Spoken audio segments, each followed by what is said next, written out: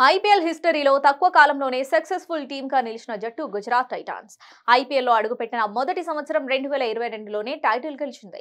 ఆ తర్వాత 2023లో runner up గా నిలిచింది. ఆ సమయంలో గుజరాత్ కెప్టెన్ గా స్టార్ ఆల్రౌండర్ హార్దిక్ పాండ్యా వ్యవహరించాడు. అనంతరం పాండ్యా ముంబై ఇండియన్స్ కి వెళ్లిపోయాడు. అక్కడ కెప్టెన్ గా పాండ్యా ఫెయిల్ అయ్యాడు. రోహిత్ ప్లేస్ లో కెప్టెన్సీ పగ్గాలు చేపట్టి అటర్ ఫ్లాప్ అయ్యాడు. దీంతో 2024 సీజన్ లో ఎంఐ పాయింట్స్ టేబుల్ లో చివరి స్థానంలో నిలిచింది. గుజరాత్ టైటాన్స్ కూడా 8వ స్థానంలో నిలిచింది. మరోవైపు పాండ్యా సడన్ గా గుజరాత్ ను వదిలి ముంబైకి వెళ్లడం చాలా మంది అభిమానులు, క్రికెటర్లకు నచ్చలేదు. దీని గురించి GT bowler Mohit Sharma respond అయ్యాడు. మోహిత్ శర్మ ఇటీవల ఓ ఇంటర్వ్యూలో మాట్లాడుతూ హార్దిక్ పాండ్యా ఎదుర్కొన్న విమర్శలను ప్రస్తావించాడు. మనం ఎక్స్ప్రెసివ్ గా ఉండే వ్యక్తులను ఇష్టపడం, ఎందుకంటే మనం వారిలాగా లేము. చాలా మంది హార్దిక్ లాగా అతిగా దూకుడుగా ఉండాలని కోరుకుంటారు. కానీ అతని ఎనర్జీని మ్యాచ్ చేయడం వారికి కష్టంగా ఉంటుంది. అయితే హార్దిక్ తన చుట్టూ పాజిటివ్ ఎన్విరాన్మెంట్ సృష్టించే మంచి వ్యక్తి అని మోహిత్ ప్రశంసించాడు. ప్రపంచం అతని గురించి ఏమనుకుంటుందో పట్టించుకోడు అని మోహిత్ వివరించాడు.